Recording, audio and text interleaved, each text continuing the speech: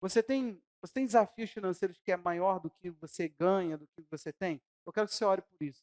Fala: "Deus, os meus desafios estão nesse nível, os meus ganhos estão aqui". Você tem dívidas? Ore ao Senhor, fala: "Deus, livra-me de dívida".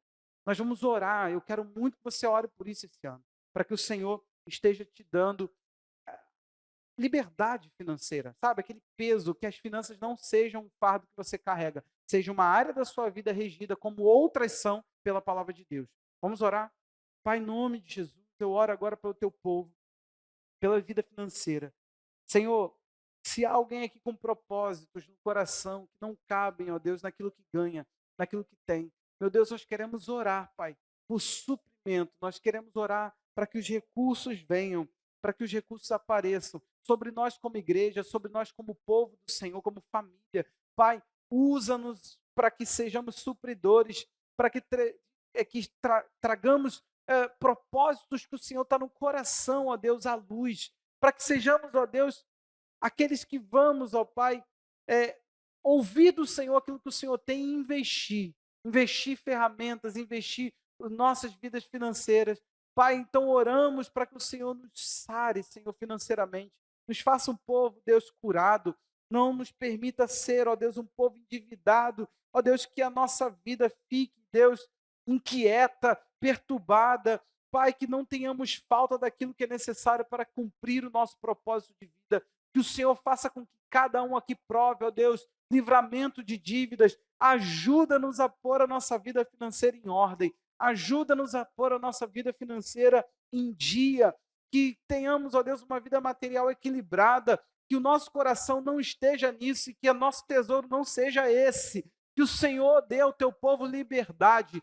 Que sejamos, ó Deus, um povo livre de fato de todas as dívidas. Organiza, Senhor, a nossa vida financeira, os nossos ganhos, nossos gastos. Nos faz um povo equilibrado, um povo com equilíbrio interior, um povo não dominado por esse mundo, um povo que não é regido, Deus, por quanto ganha e nem pelo ter de forma desenfreada, que a avareza não esteja no nosso coração, pois a tua palavra diz que ela é uma idolatria. Então, se há alguém aqui com esse problema, com esse pecado, pedimos o teu perdão agora, que venha teu sangue e que quebre isso no nosso meio. Sejamos um povo da generosidade, sejamos um povo com a mente iluminada pela palavra do Senhor, que raciocina de modo bíblico, que anda pela palavra do Senhor e vê o resultado dessa palavra. Em nome de Jesus, assim oramos, Pai. E agora, Senhor, nos dá graça para ouvir a palavra do Senhor, nos dá graça para ouvir a direção do Senhor, o ensino da tua palavra, em nome de Jesus, Pai. Amém. Amém. Cristão em suas posses é o nosso tema, seguindo aí o que já vínhamos fazendo.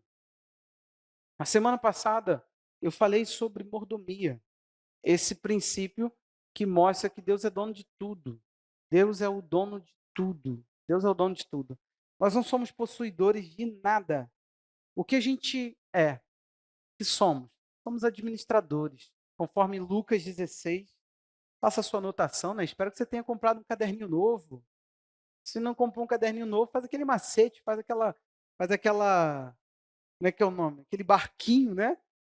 Manda aqui, ó, 2024. Eu fazia isso no meu caderno, quando não acabava, eu mandava o barquinho 2024. Ou fazia eu sempre gostei de desenhar números, então eu fazia um desenho do número lá e seguia minha vida livremente. Bom, Lucas 16 era o nosso texto que trabalhamos na semana passada. O mordomo infiel, ele é chamado para prestar conta da sua administração depois do Senhor, o dono de tudo, receber uma denúncia. Ele está usando de forma displicente o seu dinheiro. O que, aquele homem faz? Ele entende que aquilo que está sobre. Ele não entende que aquilo que é possuidor, que aquilo que ele está na posse, não é dele.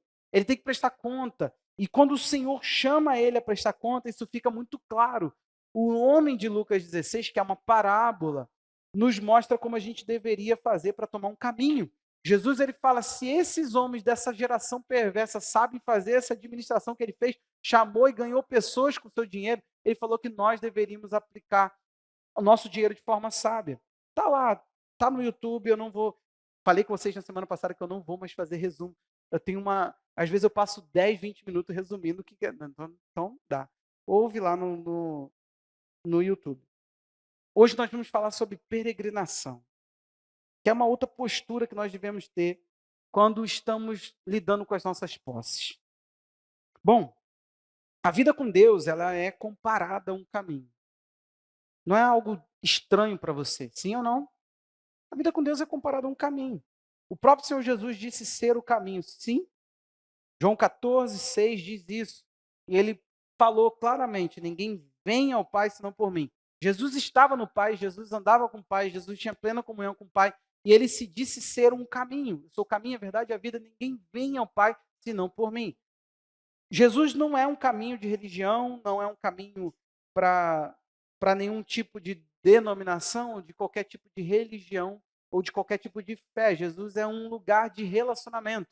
Ele fala: ninguém vai ao Pai. Então, no final do caminho, ou no caminho que é Jesus, a gente encontra um Pai. Então, a vida com Deus, ela é comparada a um caminho, não tem como. Se assim é, olha o que diz Hebreus 11:13.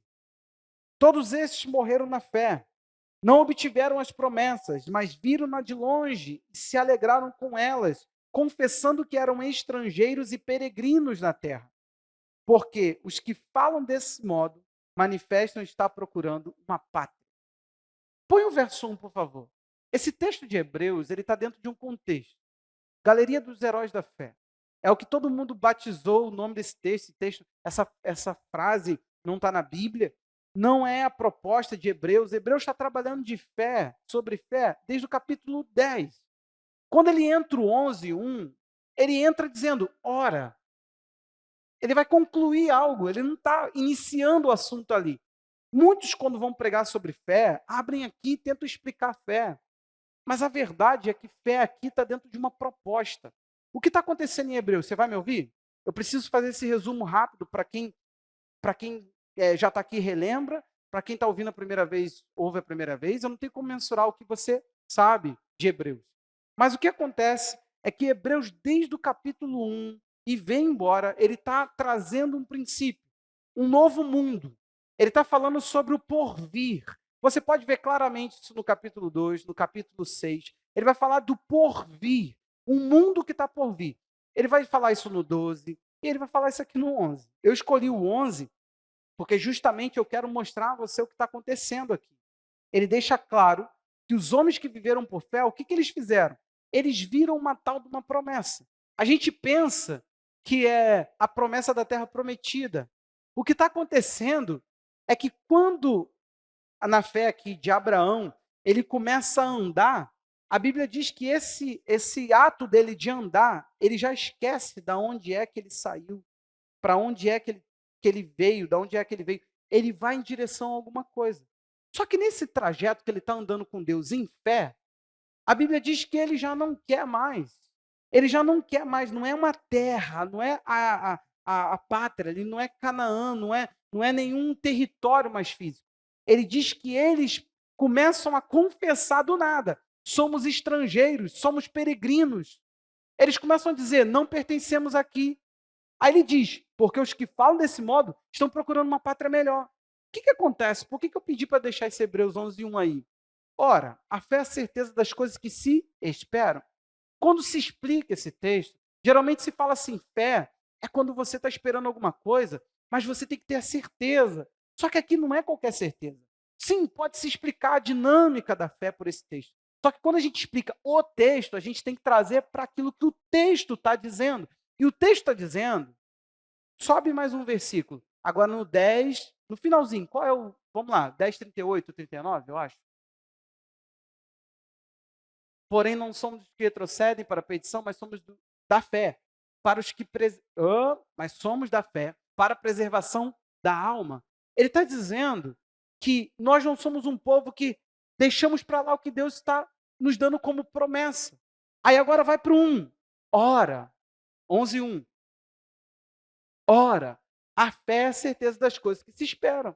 Ele está falando para o povo o que aconteceu com esse povo hebreu.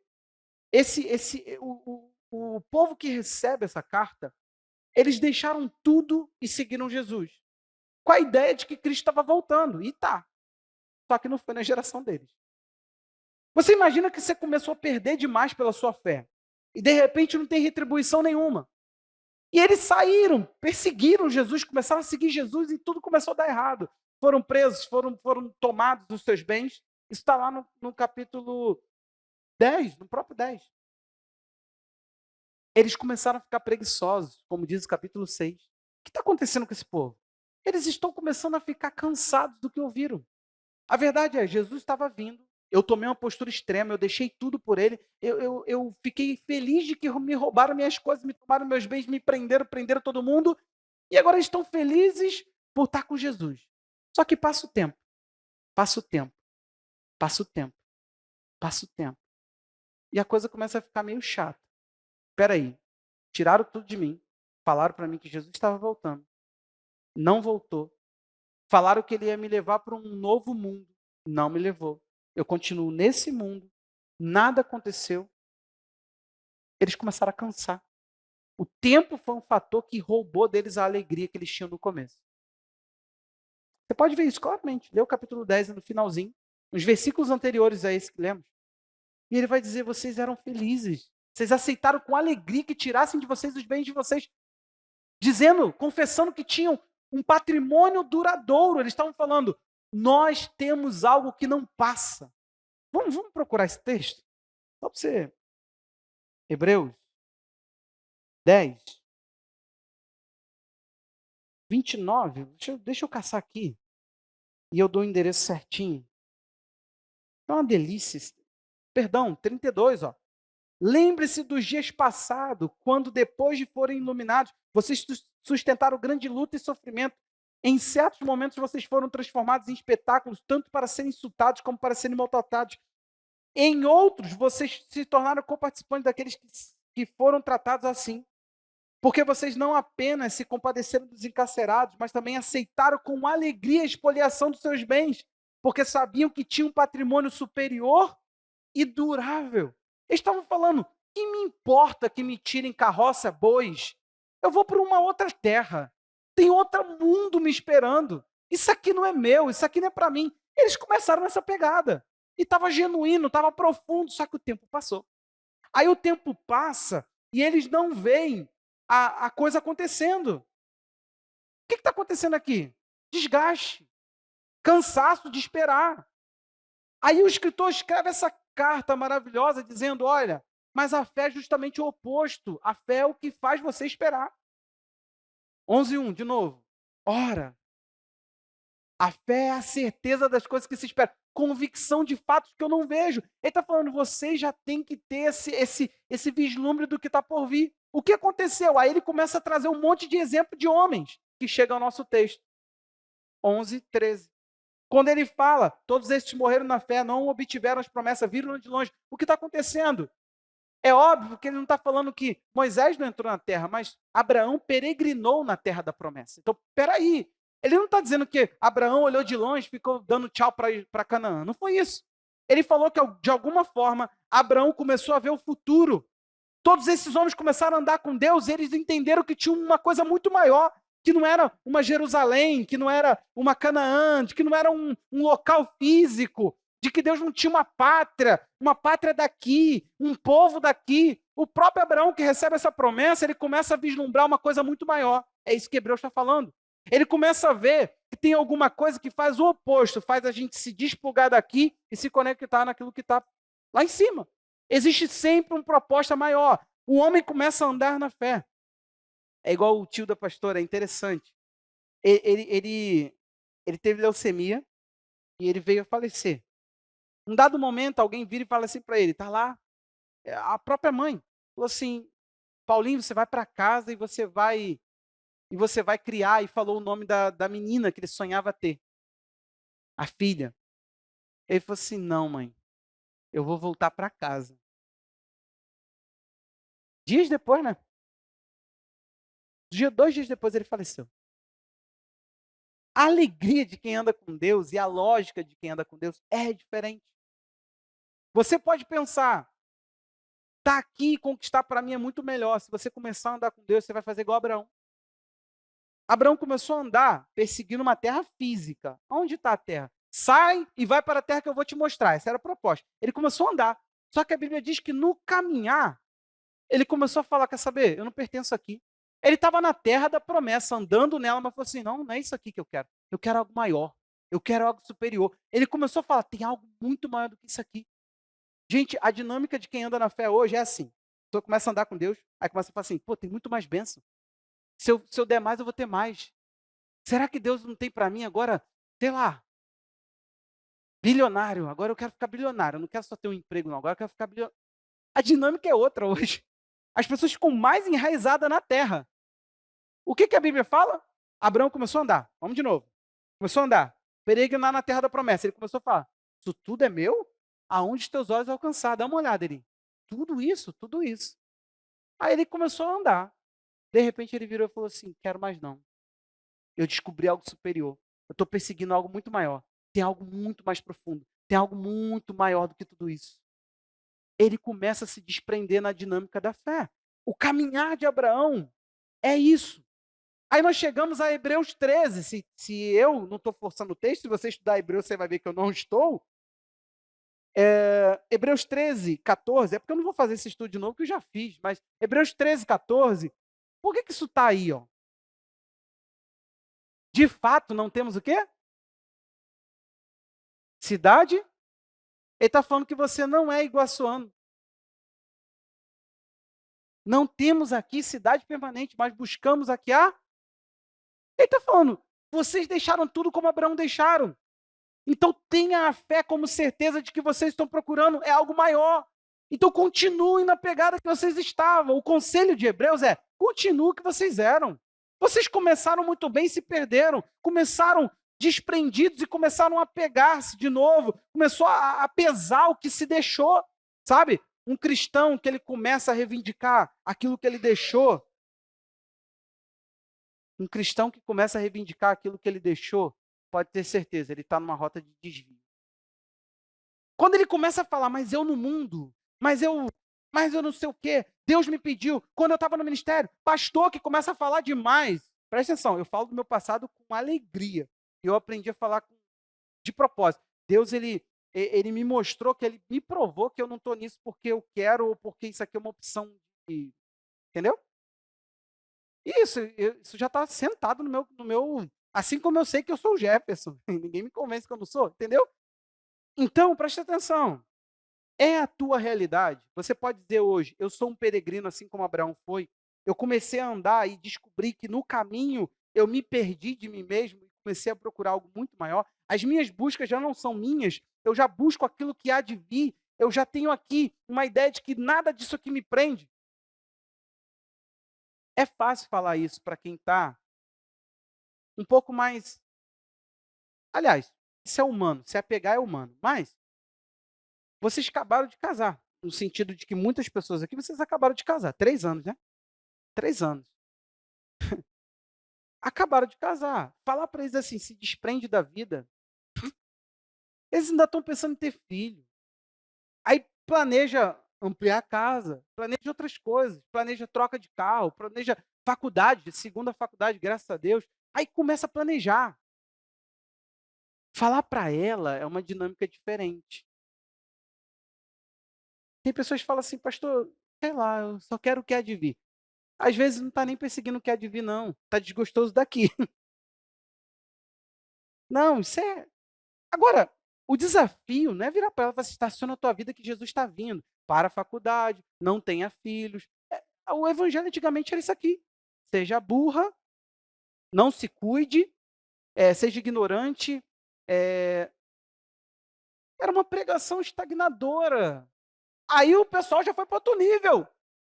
Vamos plantar aqui a cidade permanente. Entende que a gente nunca procura um equilíbrio? O que queremos nessa série? É pegar você e falar assim, gente, viva bem com as suas posses. Lide com as coisas sem que elas dominem sobre você. Use coisas.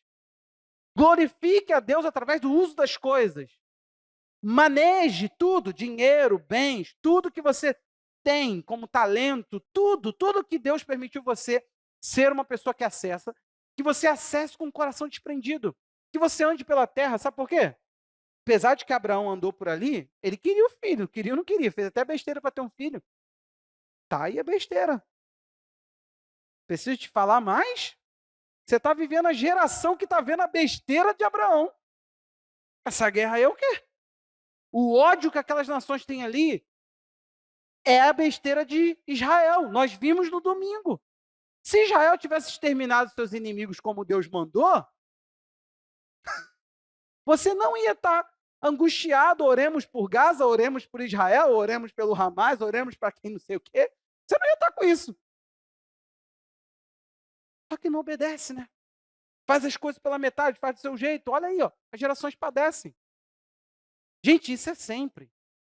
Você está vendo, agora você está tendo geografia na cabeça. Você sabe que Gaza está aqui, você sabe que o Irã está aqui. Você sabe que tem bomba daqui, bomba, bum, bum, bum, bum, bum, bum. Aí tem o Líbano, bum, bum, bum, bum. Ou seja, agora você está fera na geografia bíblica. E você vê, meu Deus, pelo norte de... Agora você está chique, né? Pelo norte de Israel. A gente está assim agora. Mas por quê? Porque alguém não obedeceu.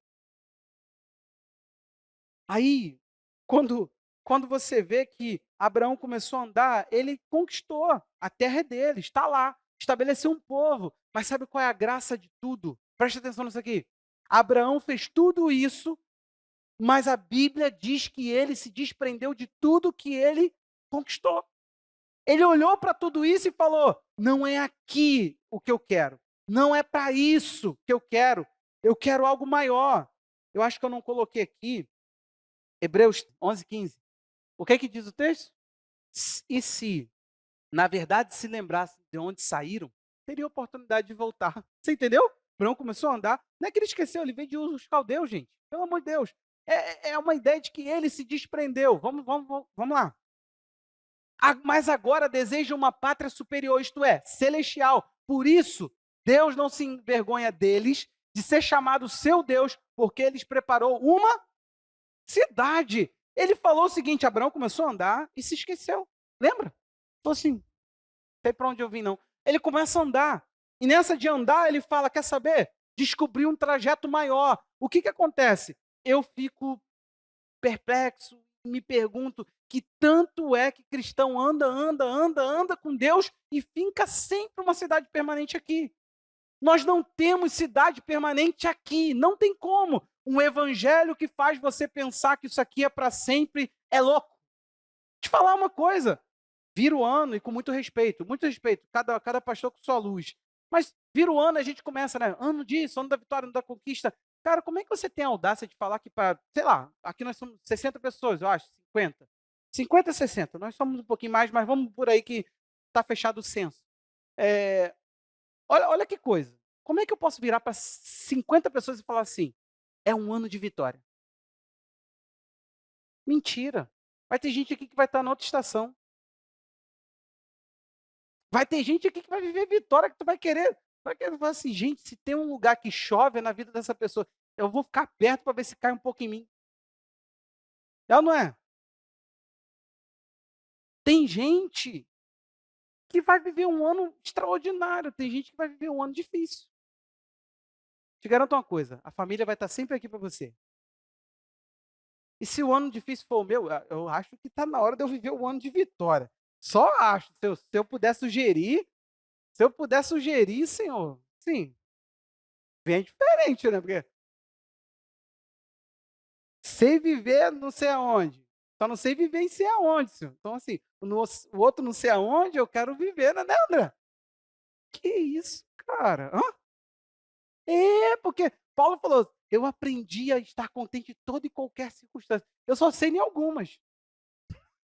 Eu só estou usando para o lado que é mais difícil ser contente, entendeu, Roberta? Eu quero outras.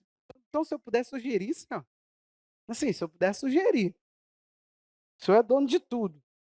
Agora, Deus preparou uma cidade. Essa cidade, e Deus fala assim, eu não tenho vergonha, eu sou o Deus desse povo. Ele fala, e eles querem a minha cidade, fui eu que construí, e eles deixaram tudo que eles estão construindo pelo que eu construí. Olha que troca de posse. Olha que ideia de que Deus tem algo superior. Deus tem algo maior e a gente fica o tempo todo. Aí, entre os finais de anos, aí a gente começa. É o ano da vitória, é o ano da conquista, é o ano das causas de não sei das quantas. Gente, é só ano disso, ano daquilo. Qual é o problema? O problema é que nós estamos transicionando, nós estamos passando. Isso aqui não é permanente. A Bíblia nos ensina um princípio de isso aqui não é permanente. O que a gente precisa entender é, enquanto peregrinamos, Abraão andou. Ele andou com Deus por aqui. Quando ele começa a andar, ele esquece de onde ele veio e ele começa a falar assim: não consigo, nem vou voltar para lá. Eu quero só o que está diante de mim. E o que está diante de mim é uma pátria superior. Ele começa a falar: tem algo muito maior diante de mim. Eu não consigo voltar para onde eu vim. Eu não consigo viver mais à luz disso. Eu quero algo superior. Eu quero o que Deus preparou. Aí ele começa a se desprender. O que está acontecendo aqui? Estamos sendo ensinados pela palavra que a gente precisa ter essa mesma perspectiva frente à vida, de que não há nada que nos prenda, nada que nos fixe. Nós não temos endereço, espiritualmente falando, ninguém que tem endereço.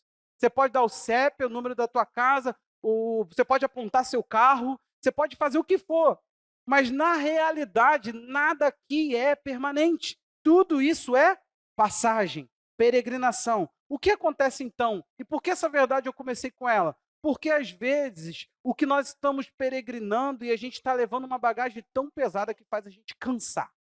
Olhe para mim, tem muita gente aqui que está falando, pastor, está difícil. A minha vida espiritual não comunga com a minha vida natural. E eu não posso deixar de comer, pastor. O que eu faço? Tem gente que está vivendo assim. Na verdade, pastor, tem um conflito sim, mas eu não consigo mais. Tem gente aqui que pensa não ser espiritual porque trabalha. Que não trabalhar seria ser o espiritual, né? Se eu pudesse ficar 7 dias acampado na igreja, no monte, ou sei lá onde, em Israel, será que eu não seria muito mais espiritual? E às vezes a pessoa não consegue ver a espiritualidade. Eu só quero que você entenda uma coisa.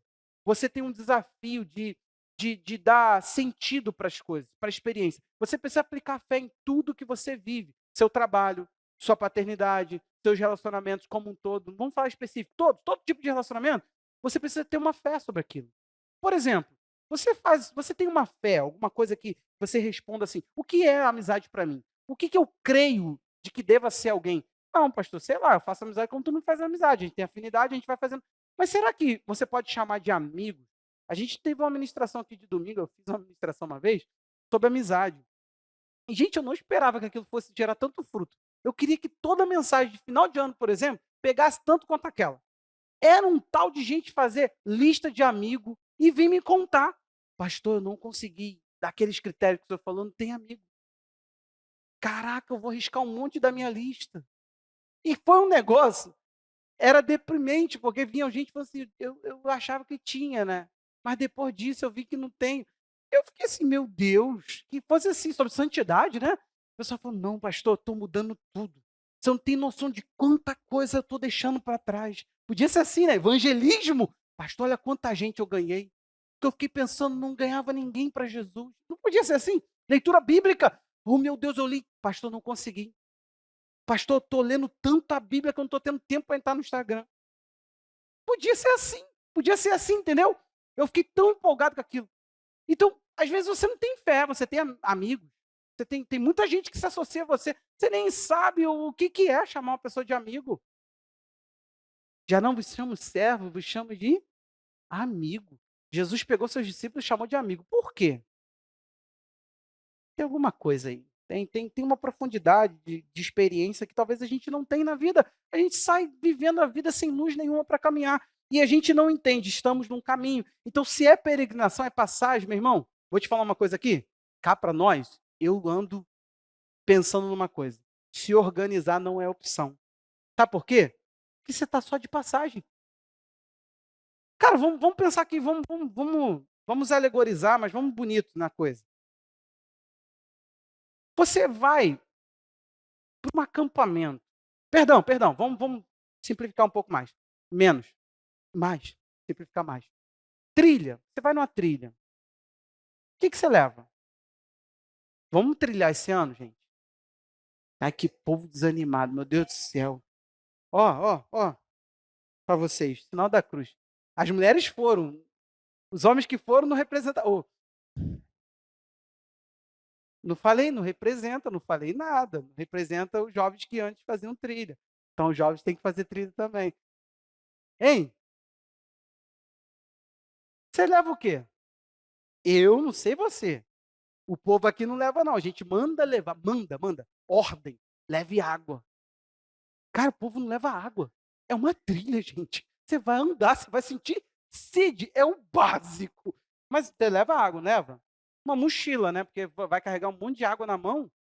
Sem contar que tem celular, pau de selfie, porque tem uns que só vão para selfie mesmo, é só isso. Nunca vi, meu irmão. Se lasca, bota um fundo na foto, pelo amor de Deus, se quebra todo, vai no mato para bater o quê? Uma selfie? Enfim, você vai de short, você vai de tênis, tênis confortável, uma roupa leve. Legal? Sim? Então, esse trajeto te levaria a se preparar dessa forma. Eu espero. Acampamento, chamamos você para acampar no mato. Você vai dessa mesma forma? Pode até ir, nem vou, né? Pode até ir. Só que aí você vai levar uma barraquinha, né? Ou não? Uma caixa de papelão, alguma coisa que você entre dentro. Estamos melhorando, não estamos? E comida? A gente tem pessoa comida na trilha, né? A Andressa tem que levar comida, que ela come de 3 em 3 minutos. Esses dias ela botou lá, comendo coisa que eu gosto. Aí eu botei assim, como gosta? Rapaz, a gente não pode andar com magrinhos assim não, cara. Pode não. Fui fazer obra na casa dela. A gente desceu do almoço, ela falou assim, o bolo tá vindo, pastor. Eu falei, o quê? Ela, não, o bolo tá vindo. Aí eu, bolo? Eu falei, André, você acabou de almoçar assim, eu não prospero. Meu irmão já tava lá, ó, botando piso. Com a cabeça que eu não tava nem me aguentando. Desculpa, né? O almoço quase voltando. E ela queria me enfiar o bolo. Eu falei, meu Deus, ela sabe que ela já, só dela andar na rua dela já desgastou. Eu podia fazer aquela obra o dia inteiro que ainda ia ter engordado 2 quilos. Já tinha passado 3 horas, ela come de 3 em 3 minutos. Então, comida você levaria para a trilha. Agora, se você fosse acampar 7 dias, a comida já seria melhor pensada, sim ou não? Você vai mudar de estado, gente. Tem que pensar uma outra dinâmica. Você vai mudar de país. De acordo com o trajeto, o que eu quero dizer para você? Você se prepara com as suas bagagens. Seu irmão levou carro para Portugal, Desirê? Não tem como, gente. Levou o cachorro. Cachorro. Quem é pai de pet, não deixa os pets para trás, né? Sabe o que está acontecendo com você? Tu está andando com Deus, está levando bagagem pesada demais. É um peregrino irresponsável. Está achando que dá conta. Sabe aquela pessoa? Aí tem outro 500.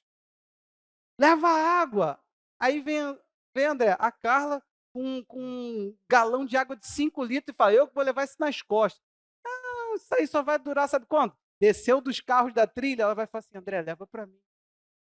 Tem gente que está levando algumas coisas aqui, que está caminhando e que não está percebendo que essa vida está se tornando um fardo muito pesado. E o caminho com Deus já é um caminho difícil. Se você vai trabalhar levando cargas, querendo botar coisa que aglomera demais, vai piorar mais ainda. Mateus 7, 13, 14, você sabe. Apertada é a porta, e apertado é o caminho que conduz para a vida, espaçoso. Se você está querendo viver coisa leve, você está indo para a perdição eterna. É o que diz Mateus aí, 7, 13 e 14. Se a gente vai compreender o caminho, Jesus ele te deu um fardo para levar. Não é isso? Mateus 16, 24. Não, eu já tinha falado 7, era só citei. É que ele abriu, né? Ainda abriu em Marcos, olha só. Mateus 16, 24. É aquele famoso texto, se alguém quer vir após mim, faz o quê? Negue-se a si mesmo, dia após dia, tome a sua cruz. Dia após dia é outro versículo, é outro texto, é outro evangelho. Mas ele diz, siga-me. Ele está falando o seguinte, o mesmo caminho que eu vou fazer, vocês têm que fazer. E qual é o caminho? Ao longo do caminho, perca a sua vida. Por favor, Alex, mais um versículo. Ao longo do caminho, Quem quiser salvar, vai perder. Quem quiser perder, aí que salva, aí que acha, aí que encontra. Então, gente, não mudou a proposta, não. É um caminho dificílimo. É um caminho complicado. Ao longo do caminho tem coisas para se fazer. O que está acontecendo? As pessoas vão do trajeto com Jesus. Ao longo do caminho, elas se apossam mais de si. Tu fica assim, a gente chegou aqui, o cara não queria nada ao invés de orar. O cara não queria nada ao invés de fazer a obra de Deus. O cara não queria nada ao invés de servir Jesus. Eu quero amar Jesus, eu quero ser santo, eu quero não sei o quê. Aí ele começa a trajetória. É o contrário. Eles lembram de onde saíram. E começa a falar. Pô, no mundo era assim. Aí começa a fazer exigência. Pastor, estava mais fácil. Daqui a pouco o cara quer. Ó, não dá não, cara. Culto de quinta. Essa igreja aqui, né, cheia de culto. Culto domingo, culto quinta e culto domingo, culto quinta, e também tem domingo e quinta. Sabe, a gente acha isso pesado. Isso aqui é pesado. Aí agora fala 10 horas, vamos supor que a gente varasse até as 10. Se nunca fizemos, graças a Deus. Eu também tenho minhas decências, né? Aí, 10 da noite, se a gente tivesse aqui, André, o cara virava. Meu irmão, tem o. Como é que é o nome que eles deram um evento do que a torcida do Vasco foi fazer? Aeropaiê. Vocês sabem o que é isso? Porque o jogador Paiê chegou 3 da manhã, o aeroporto estava lotado de pai com criança. Hã? Quê? Baixaria não, eu também acho. Aeropaiê. A torcida do Vasco ganhava. Não, gritava. Igual a torcida do Fluminense, nos 40 segundos. Hein? Hein? Não, falando sério agora. Falando sério agora. A torcida estava cantando. Roberta, eu pensei assim, gente, Vasco ganhou o quê? Bola de gude? Alguma coisa, alguém me explica que campeonato foi esse que o Vasco entrou? Peteca? Que era. Léo, você viu a cena? Cara, os caras. Meu Deus, mas. Conta o River Plate. Era uma cantoria, meu Deus do céu. Eu falei, meu Deus. Aeropaiê. Sabe que hora que o Paê saiu de dentro do aeroporto? 5 da manhã. Sabe o que os caras estavam lá fazendo? Falaram assim: quando sair daqui eu vou trabalhar. Minha esposa que me perdoe, vim eu e meu filho. Vou em casa deixar a criança e vou para o trabalho. Igreja. Deu 10 da noite, a pessoa está assim, ó. O que é isso, irmão? Eu durmo cedo. Eu durmo cedo. A tua Netflix que te condene. Cara, eu durmo cedo na igreja. É uma anemia que baixa, meu irmão. Já pensei em produzir um aplicativo com a minha voz para te ninar. Que eu vou te falar, é tanta sonolência. O que vocês estão rindo? Eu ia ganhar dinheiro, né, com isso aí. Botar vocês para dormir. Ouça a voz do seu pastor. Imagine-se agora em pastos verdejantes. Se você é uma ovelha rebelde, você acaba de pular o murinho do curral. Veja o teu líder indo em tua direção e quebrando as tuas patinhas e falando, ovelha rebelde. Não, pode ter, eu já preguei aqui falando, você vai para o inferno e não sei o quê. E o cara assim, ó. Não pode ter certeza, se eu falasse assim, a pessoa ela ia roncar no primeiro boa noite. Eu já vi isso aqui. Eu dei boa noite, a pessoa sentou e dormiu. Eu estou falando sério. Naquele dia eu me senti muito mal. Eu falei, gente, que vontade que eu tenho. Já contei para vocês do dia que eu me irritei e dei um tapa no púlpito, mas não foi por causa do cara. E eu estava numa hora que eu falei assim, Jesus falou! Pá! Desperta, tu que dormes! O cara pulou do cadeira. Isso foi sério. Não foi sério? Isso foi sério, não é meme. Isso aconteceu nessa igreja. Qualquer direção, eu não posso bater aqui, porque tiraram meus lugares de bater. Brincadeira essa parte, a pessoa está lá no Aeropaiê. Sabe, o mundo é muito mais intenso de ser mundo, cara. Eu fico perplexo com isso. Quando a gente está. Você percebe, eu estava vendo a Gabriela Rocha, para vocês que gostam dela, ela é vascaína. Desculpa aí, tá? Ela gosta de cantar um conto River Plate sensacional. Menina, você tinha que ver a Gabriela Rocha. Eu falei, se ela não fosse tão intensa assim adorando, eu condenaria ela. Ia ter perdido. Ser vascaíno, eu ia ficar balançado de gostar. Mas assim, cara, ela estava cantando em São Januário, parecia que era ela que estava puxando a torcida. Exatamente isso. Tudo para o mundo é mais intenso. Só que a proposta é, agora que você tomou um caminho, se perca nele. É isso.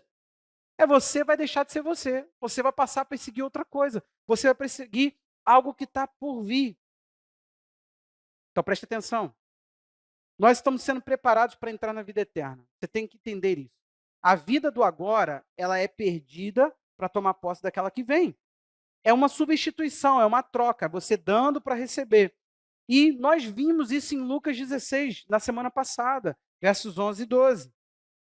Lucas 16, 11 e 12 diz: portanto, se vocês não forem fiéis na aplicação da riqueza injusta, quem lhes confiará a verdadeira riqueza? Ele está falando, se o que você tem agora nas mãos, é o dinheiro, ele chama de injusto, é o dinheiro daqui. Aí ele vai dizer, se você agora, o que você tem agora, você não tem a aplicação correta, você não usa os seus bens de forma correta, ouça a mensagem lá no YouTube, ele está dizendo, quem vai confiar as verdadeiras riquezas? Olha o próximo versículo. Não é isso mesmo. Não é. Se vocês não forem fiéis na aplicação do que é dos outros, quem lhes dará o que é de vocês? É a ideia de que aquilo que vem no futuro, ou seja, a eternidade, se você ler o texto, você vai entender isso também, ele deixa muito claro que a eternidade, lá, é o que vem, é o nosso real tesouro.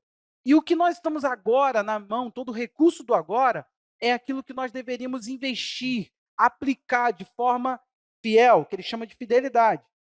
Ou 1 Timóteo 6,19, Paulo diz a mesma coisa, um conselho aos ricos. E olha o que ele diz. A gente não compra terrinha lá no céu, mas a gente tem que entender que o que a gente faz aqui ecoa lá. Ó, ajuntando para si mesmo um tesouro que é sólido fundamento para o futuro, a fim de tomar posse da verdadeira vida. Gente, a vida que está por vir, a vida que Deus está colocando em nós, para a gente se apossar dela, a gente perde essa vida. Mas antes era alegoricamente, né? Essa pregação ficou muito alegórica. Eu amei quando Diante do Trono lançou Ainda Existe uma Cruz. A gente pensa, não sei se esse é o tema, mas tem aquela música. Ainda existe uma cruz para você carregar. Não se deixe enganar. A porta é estreita, o caminho é árduo para você trilhar. Não se deixe enganar. Ainda existe uma cruz, ainda existe um preço a pagar. Está dito. Só que foi ouvido? Não foi. Não, ninguém me dá valor nessa igreja. Eu vou cantar na cantata da Secref. Eu estou mandando, no grupo da cantata, eu estou mandando música para a gente começar os nossos ensaios. Sou ignorado, entendeu? Faço minhas cantatas particulares. Estou chamando aí os rejeitados da igreja. A gente vai montar uma cantata lá do B.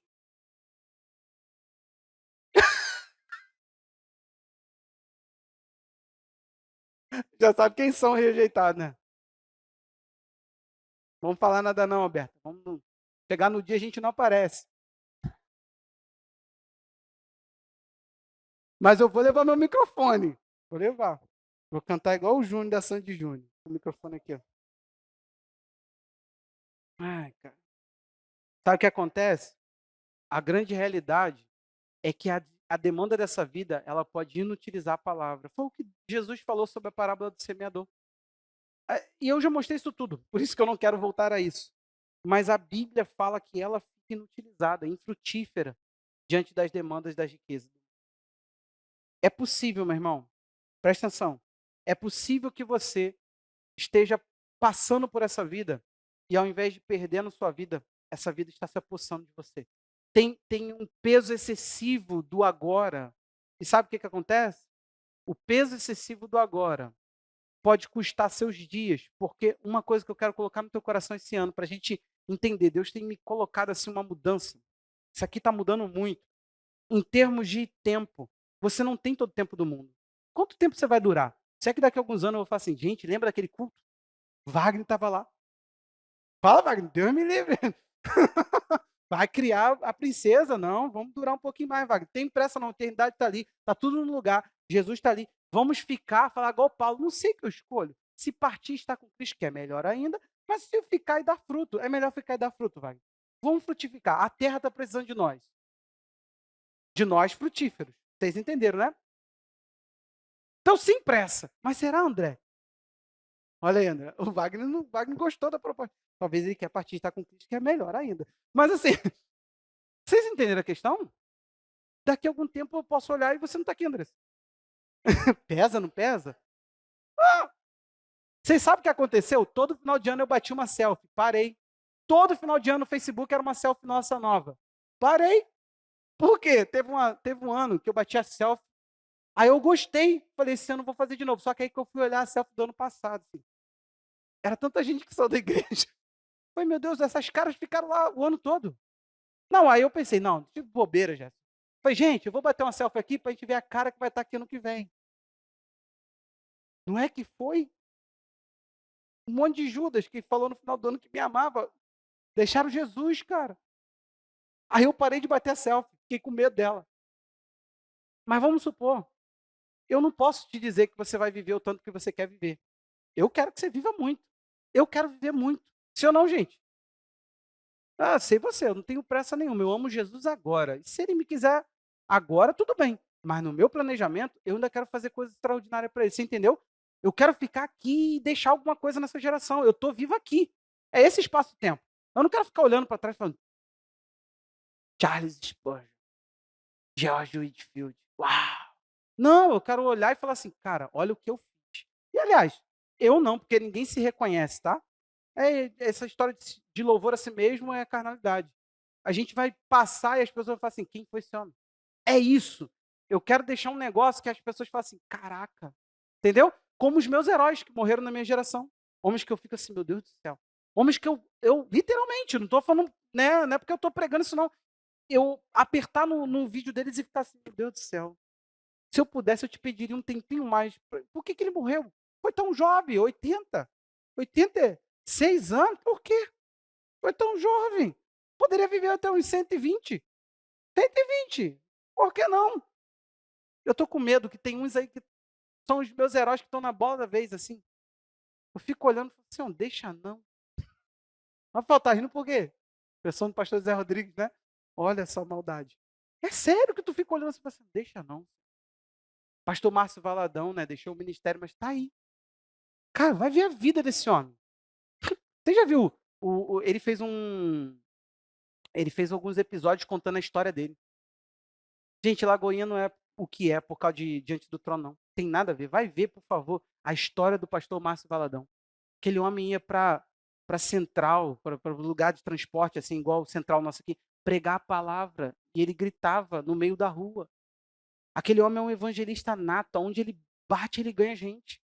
Aquele jeitinho dele, né, querido. Morreu Gorinha, tadinho. Ficou famoso com esse vídeo aí. Muita gente conheceu. Morreu Gorinha. É o nosso mineirês, que é uma delícia, não, não é? Quem não sabe vai procurar agora. Pastor Márcio Baladão morreu o Gorinha. É, eu quero que você entenda que você não tem todo o tempo do mundo. O trajeto está sendo feito e você não sabe qual é curto, se é longo. Eu espero que você viva os princípios para que ele se prolongue, para que ele seja bem longo. Amém? Que esse ano não tenha nenhuma perda, Senhor. Gente, até a empolgação de vocês me deixa confuso. O que está acontecendo comigo? Hoje eu levantei com o texto na mente, literalmente. O texto me levantou, vamos dizer assim, para ver como é que a coisa foi tão urgente. 1 de Pedro 1,13. Olha o que ele vai dizer. Eu quero que você pega 1 de Pedro 1,13. Esse iníciozinho aqui, ó. Por isso, preparando o seu entendimento, sejam sóbrios e esperem inteiramente na graça que está sendo trazida na revelação de Jesus Cristo. Por isso, ele diz, preparando o seu entendimento. Interessante que essa palavra, na outra versão, na revista E Corrigida, a arca ela vai trazer cingindo o lombo do vosso entendimento. Por quê? A ideia ali é daquela roupa, vestimenta antiga, onde o homem usava um cinto para prender aquela saia, mas mais próximo do que a gente entende por saia hoje. Aquela roupa que se usava. Então ele diz que o cinto, que é a firmeza daquele pano, daquela veste, daquela saia, ele diz, isso é o seu entendimento. Ou seja, uma coisa que ficaria frouxo, Imagina o movimento de um soldado, de um homem que não estivesse cingido, não está pronto para sair. Já viu quando a gente está com roupa de ficar em casa? Aí alguém, cara, um entregador, ou alguma coisa, ou alguém bate no seu portão. Vem aqui rápido. Eu já fui acordado assim, pastor, minha mãe está morrendo, literalmente com essa frase. Eu entrei dentro da primeira roupa que eu nem sei como ela entrou em mim. Porque eu não sei, gente, eu não sei. Em alguns segundos eu tinha botado roupa, abri a porta da minha casa e quando eu vi a gente já estava dentro do quarto da mulher e a mulher tendo um infarto e veio a falecer. Essa prontidão que ele está falando, e ele diz que toda prontidão para ação é estejam pronto para esperar. Por quê? Para quando ele vier falar, opa, era isso que eu estava. Ele diz que a gente tem que estar com o nosso entendimento, presta atenção nisso aqui, ó, pronto. Tudo começa pela mentalidade, tudo. Você já vai achar que eu vou lá em Romanos 12:2. Poderia ir. Não vamos, Alex. Nós vamos a Efésios 4:22. Tudo começa pela mente. Então, se você vai peregrinar com Jesus, você tem que entender que você tem que mudar a forma como você pensa. Não dá para pegar padrão antigo e tentar viver essa nova vida, essa nova etapa, esse novo caminhar, esse trajeto que você está fazendo. Olha aí, quanto à maneira antiga de viver, vocês foram instruídos o quê? A deixar de lado a velha natureza que se corrompe segundo os desejos enganosos e a se deixar renovar no espírito do entendimento de vocês e se revestir da nova natureza criada segundo Deus, em justiça e retidão procedente da verdade. Ele fala, 24 novamente, ele fala que o espírito do nosso entendimento, a gente precisa se deixar renovar. Não tem como. Você está tentando viver algo novo, um padrão divino, pelo padrão antigo. O que acontece? Até hoje, vocês andaram conforme o Efésios, aí, o contexto, em Efésios 4:17, tem muita gente andando nisso aqui, ó, 4:17. É o mesmo texto, só um pouquinho acima.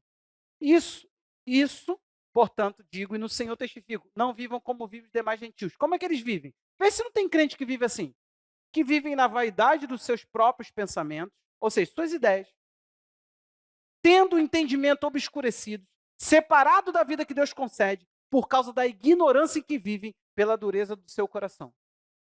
Fala que não tem cristão que vive assim, gente. Eu conheço, se você não conhece nenhum, a gente pode fazer um tour, um turismo, organizado pela Carla. Esse aqui é um cristão que vive de acordo com o que o Efésios 4:17 e 18 diz. Eu sei que é uma espécie rara para você. No meu mundo é natural. Eu vejo todos os dias eu passo por esse perigo aqui de tê-lo perto de mim. Você não. Ah, pastor, eu não conheço ninguém que vive pela vaidade dos próprios pensamentos. Eu conheço um monte. Um monte. Eles não sabem nada sobre dinheiro e Bíblia, mas eles sabem falar que igreja só fala de dinheiro. Eles não sabem combater uma heresia, mas fala que teologia da prosperidade é heresia. Você entendeu? É só quando eu falo de dinheiro, cara. Tá alergia a dinheiro? Que isso? O que a gente precisa então? Presta atenção aqui. Um reset aqui, ó. Nós temos que mudar a mente. Se vocês não quiserem falar de dinheiro, eu só pergunto a vocês o seguinte: você quer pregar um evangelho que seja contextual, ou seja, que fala ao contexto que você está inserido? Você quer saber uma pesquisa Serasa? Vem comigo, a gente vai falar sobre dívida nessa série, porque é um fardo que muitos carregam. 80% das famílias brasileiras estão endividadas. Nós estamos falando que 20% não estão. Você é inteligente. Qual o estado mais endividado do Brasil? Eu elogiei vocês. Ah, somos nós. Nós não somos o maior estado do Brasil, mas nós somos o estado mais endividado. Nós somos um cotoquinho de gente, vocês sabem, né? Nós somos o estado mais endividado. Isso é Serasa, gente. Isso aqui não é pesquisa que alguém fez. Isso aqui é Serasa, pesquisa do Serasa. 53% da população está endividada no Rio de Janeiro. Olha o que ele diz. A dívida. É interessante. Segundo o Serasa, as dívidas com bancos e cartões de crédito são grande influência do número de dívidas em todo o país. Você sabe o que estão contidas nessas dívidas? Comida. Teve pessoa que se endividou e eles levantaram A dívida que a pessoa tinha foi comida. Cara, a gente não precisa fazer dinheiro na igreja. Mas vamos lá, nós somos o estado mais endividado. Então, pode ter certeza, com todo respeito a vocês, que nós somamos para essa realidade aqui, tá? Inadimplente são 7 milhões de pessoas que não pagam. Cara, aí eu lembro do grande Ciro. Ciro da Bíblia? Não, Ciro Gomes. Eu vou tirar o seu nome do SPC. Lembra? Essa era a proposta de presidência dele. Eu pensava, que maluco, mano, que loucura. Eu ficava imitando esse cara, falei, cara, fala umas besteiras. Vou tirar o seu nome. Aí depois eu fui ver, ele é economista, o cara entende das paradas. E ele falou que tinha mesmo, era uma proposta que ele viu funcionar numa nação e ele trouxe essa proposta. Não foi coisa que ele delirou, não. Se ele tivesse me explicado isso antes, eu tinha respeitado e ficado menos pagando mico, né? Graças a Deus, assim, que eu não fiz tanto isso. Tirar o seu nome do SPC. O homem sabia o que estava falando. Se a gente não vai curar a nossa vida material, se a gente não vai curar a nossa forma de nos relacionar, gente, metade disso é comida. Eu fico me perguntando, meu Deus do céu, dívida de cartão que está tornando as pessoas inadimplentes. Comida, é o básico. Por que a gente está comendo com cartão de crédito? Já começa por aí. A gente não está colocando no nosso orçamento compra de mês. A gente tem um orçamento mensal? Que assim, comida. A gente pode não falar de dinheiro, vamos falar de salvação, vamos falar de céu. Ah, vamos falar das bestas que surgem do mar, que bota o pé na terra, bota o pé na água. É assim que a gente sobrevive como evangelho. Nós não queremos o confronto, queremos falar que caminhamos com Deus, que estamos na jornada para a vida eterna, que estamos aqui para abrir mão da pátria, pela pátria celestial e queremos viver como um mundano. Desorganizados, endividados, amargurados, com um monte de perturbação. Estou sem sono. Por quê? Pelo avivamento? Não, porque eu não sei como é que eu vou pagar meu cartão. Mas tu fez dívida no cartão porque, gente, eu também tenho dívida. Por favor, não, vamos. Eu estou orando, Deus me livre das minhas dívidas. O fato da gente estar reformando uma casa por 2 anos fez a gente se angustiar e meter o pé pelas mãos. Cara, estou cansado, ver tudo que eu tinha para fazer e aquela casa nada de. Ah, quer saber? Vamos comprar tudo que a gente compra, vamos fazer isso aqui. Pensei que era uma sacada muito boa, fiz um projeto, para. Tive surpresas ao longo do caminho. Ir mais devagar, às vezes não nos dá aquilo de forma espontânea, mas nos dá aquilo de forma de paz. É melhor um bocado com paz do que a fartura com perturbação. Provérbios tem razão, sim ou não? Não, eu quero. Tasca aí, me dá esse negócio aqui, vou pagar juros, vou pagar, eu vendo a minha alma. Me dá essa cartela aí que eu quero esse carro agora. Aí sai, se endivida, nem pensa nos juros que vai pagar, está pagando 5 carros para ter um, mas tá, quando for vender, não, eu quero pelo menos tirar o retorno. Que retorno? Menos 10, menos 5, menos 20 mil reais num carro que você pagou. É isso aí mesmo, um monte de juros. Perdeu. Tá igual o nosso ministro do Supremo. Perdeu, mané. Perdeu. Acabou. A gente está num trajeto andando com Deus, mas quando a gente vai negociar, quando a gente vai interagir, quando a gente vai lidar com as posses, a gente fala assim, Jesus, chega para o canto aí para não ficar vergonhoso, eu não posso ser visto com o Senhor. Chega para o canto aí que agora eu vou fazer como é o costume daqui. Vou viver como é o costume daqui. Aí paramos assim. O estado mais endividado, uma população que 80% está endividada. Eu não sei se você entendeu que desses endividados, nós temos um número horrível de pessoas que não conseguem pagar suas dívidas e por motivos mais, outros nem tentam, param de pagar. Com aquela promessa que 5 anos depois, a dívida some e você vai estar novamente ativo para comprar. Fala para mim que isso não é uma doença, gente. Fala para mim que isso não é uma chaga que precisa ser sarada nesse ano. Fala para mim que uma coisa não precisa acontecer no meio de nós. Fala para mim que você não vai ser resposta para a vida das pessoas. Essa igreja faz curso de finanças para você fazer o quê? Não é para você investir só na igreja, não. Não é para você pegar e contribuir, não. Dar o dízimo. Não é só para isso, não. Lá é ensinado uma lição sobre isso. As outras 9 lições é sobre a sua vida financeira, sobre administrar bem, sobre investir, sobre poupar. sobre não ter dívida. Pastor, o que, que se chama dívida? Presta atenção. A Light, você tem que pagar. Mas você pode desligar o teu relógio. Pode. Se você quiser viver sem luz, você pode, você tem esse direito. Eu não quero mais energia na minha casa. Então, isso não é uma coisa que você está preso. Em si, é uma necessidade que você se põe nela. Todo mundo gosta de ter luz, né? Ventilador girando, geladeira, sem a gente precisar fazer outros fins para conservar as carnes que a gente compra. Então, mas você não precisa. Você sabe disso, você não precisa. É uma coisa que você quer. Agora, vamos lá. Dívida, dívida, dívida, e o curso ensina isso, é algumas coisas que você faz. Por exemplo, o cartão de crédito. Ah, eu quero passar aqui, vou passar juros, não me importa, eu quero ter isso, vá! Você tem esse dinheiro, às vezes nem tem, mas aquela sensação do cartão de passar e ir, sabe? Não é bom? Pss, tchu, pss, tchu. Hã? Cartão da tia Carlinha, que nem precisa pagar. Tchu, né? Não é gostoso? Ai, que iPhone da Black Friday, Black Fraud. Aí tá, passa lá, vem iPhone. Aí vem o iPhone, mas quando vem. Aí a gente, no janeiro, a gente brincou com isso hoje, não é por isso que eu vou falar. Mas assim, quando chega janeiro, a gente fala assim: tô com medo da minha fatura de cartão de crédito. Você acha o quê? Que o diabo, o gafanhoto, chamou os amigos dele e usou seu cartão? Houve alguma possessão demoníaca? Pastor, ora pela minha mão, pastor. Quando eu vi, eu já estava mandando, ó, nem aproximando, eu já estou fazendo assim, ó. Cortando o cano e já está indo. Eu não estou cortando mal, não. Agora eu estou mandando aqui, ó. Tudo. Ó. Pensou, eu estou aproximando e. Gente, tem cartão que é tão poderoso que você já viu que ele encosta assim. O meu, eu estou tendo que esfregar o cara. Bota aqui. Caraca. Ô, meu irmão, aonde é?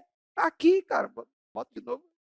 Acho que até o cartão falando, vamos com pena, Jefferson, vamos com pena. Você não gosta disso, não. Não gosta de dívida, não, gente. Não gosto. Sou péssimo. Esses anos todos de casado, a gente não tinha dívida. Nem com o nascimento do Felipe. Acredita? Zero. Compramos aquela casa. Nenhum gol em toda a sua glória. Eu tinha um carro novo quando os ladrões levaram. Eu entreguei um carro bonito para os ladrões, gente. Eles estão usando até hoje. Se tiver, né? Meus rodões lá. Aquele carro tava, caraca, ó, tudo, tudo, tudo, tudo, tudo. Sim, ó. Aí você pensa, nem sei por que eu falei isso. Eu não tinha dívida, nem o gol. A casa. Gente, quando você for reformar, pensa 2, 3 vezes. Deixa tudo como está, gente. Jesus está voltando. Pensa nisso, Jesus está voltando. Já pensou se acaba a reforma, Wagner? Se acaba a reforma, Wagner, Jesus volta. A gente não pode estar pegado, é por isso. Gente, pensa nisso. Você pode ser a última geração dos últimos segundos, quando você for. Reforma, reforma. Isso, quando você botar a chave, oh, entrei, mudei. Jesus, vum, vai fazer você mudar de vez. Ai, meu Deus do céu. A minha sogra fala assim, Jefferson, você fala que 2 décadas não, Jesus volta dentro de 2 décadas. Eu falei, não tem mais 2 décadas de história não, gente. Mas como? Se a gente ficar mais 2 décadas, a gente explode todo mundo. O mundo está multiplicado na iniquidade, as coisas tendem a acelerar muito mais. As gerações agora são contadas em tempos mais curtos, sabia? Só que, não, mas olha só, de uma geração para outra, compare, o tempo diminuiu. Uma era 15, outra era 13, outra foi 7. As coisas estão acelerando demais, então eles estão vendo que muda muito rápido. É sério, pode pesquisar. E o próprio estudo está tendo que diminuir, encurtar, porque não dá mais para classificar. A geração deles é literalmente outra. Depois vocês vão entender porque que eu falei disso, né? Ouve lá a mensagem. Dentro disso, presta atenção, a minha sogra fala assim, então não vamos fazer nada.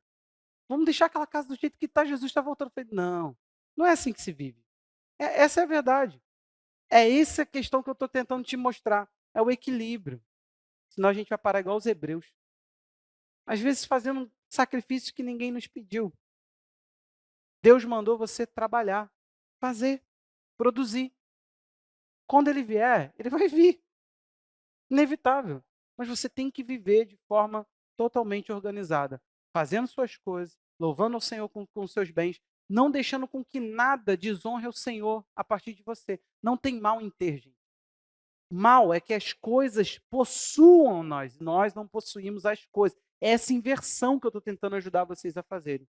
Então, se você vai viver como peregrino, em nome de Jesus, vai, eu te convido você a repensar a mala. É isso. Essa bagagem que talvez é um fardo. Vamos orar? Pai, eu quero te pedir graça agora para ver essa palavra, Senhor. Deus, eu oro para que todos aqui tenham graça, Senhor. Para que sejam agora colocados num posicionamento, Pai, de peregrinos, de andar a ponto de nos esquecer o ponto de onde saímos.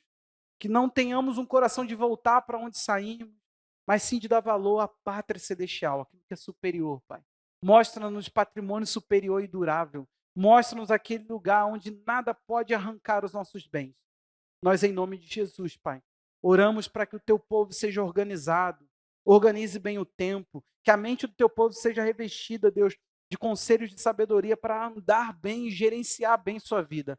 Em nome de Jesus, que a bênção e a graça do Senhor esteja sobre nós, Pai. Que cada um aqui receba a graça dessa palavra. Em nome de Jesus. Amém.